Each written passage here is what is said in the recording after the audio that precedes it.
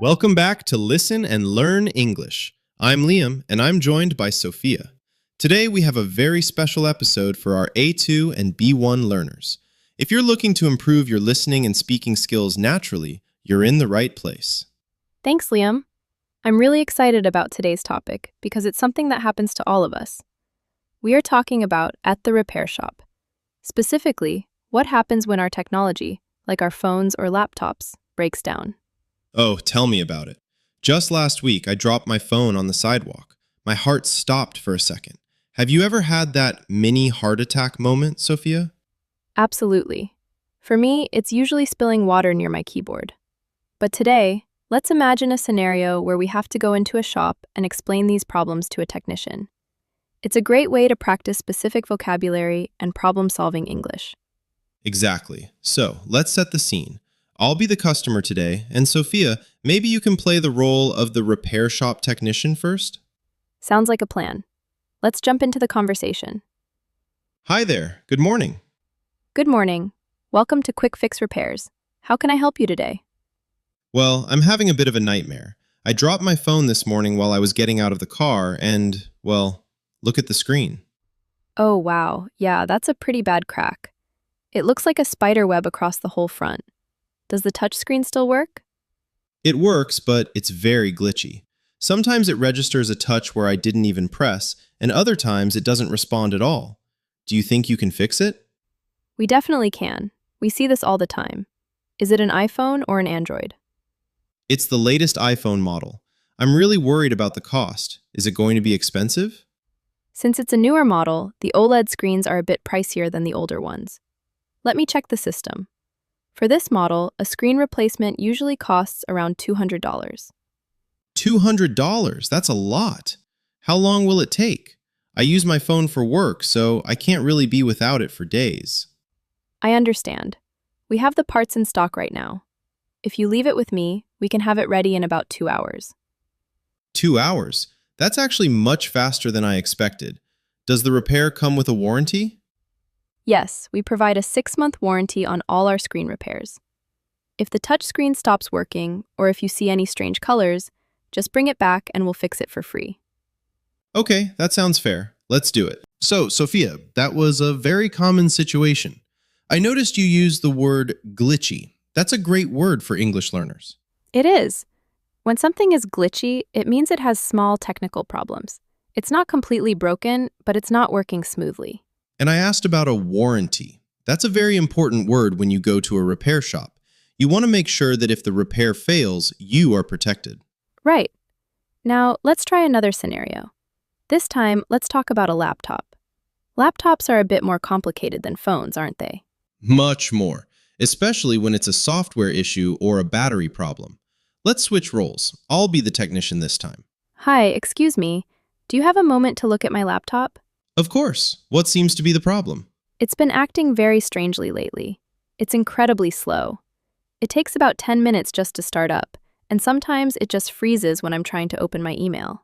That sounds frustrating. How old is the laptop? I've had it for about 4 years. It was great at first, but now even the battery is dying really quickly. I can only use it for about 30 minutes before I have to plug it back in. I see. It sounds like two separate issues.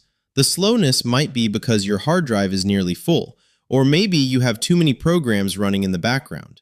As for the battery, after 4 years, batteries usually lose their health. Can you replace the battery? Or is it better to just buy a new laptop? We can definitely replace the battery. For this model, it's much cheaper than buying a whole new machine. However, I'd like to run a diagnostic test first. A diagnostic test? What does that involve? We plug it into our system, and it checks the hardware and the software for any errors. It will tell us exactly why it's running slow. It takes about 30 minutes to run the test. Okay, and how much do you charge for the test? We charge a flat fee of $30 for the diagnosis, but if you decide to go ahead with the repair with us, we waive that fee. Waive the fee? You mean I don't have to pay it? Exactly. If we fix the laptop, the $30 is deducted from your final bill. That sounds like a good deal. Please, go ahead and check it. I really need this laptop for my university assignments. That was a great example of negotiating or understanding the process.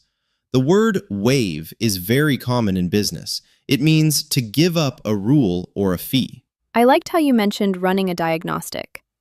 In many English-speaking countries, repair shops won't just guess what is wrong. They will run a test or perform a checkup. Now, Sophia, let's talk about a third situation. Sometimes the problem isn't a crack or a slow battery. Sometimes it's something we can't see, like water damage. Oh, water damage is the worst. It's the silent killer of electronics. Let's try a conversation about that. Hello, I am so embarrassed to be here. Don't worry, we've seen everything. What happened?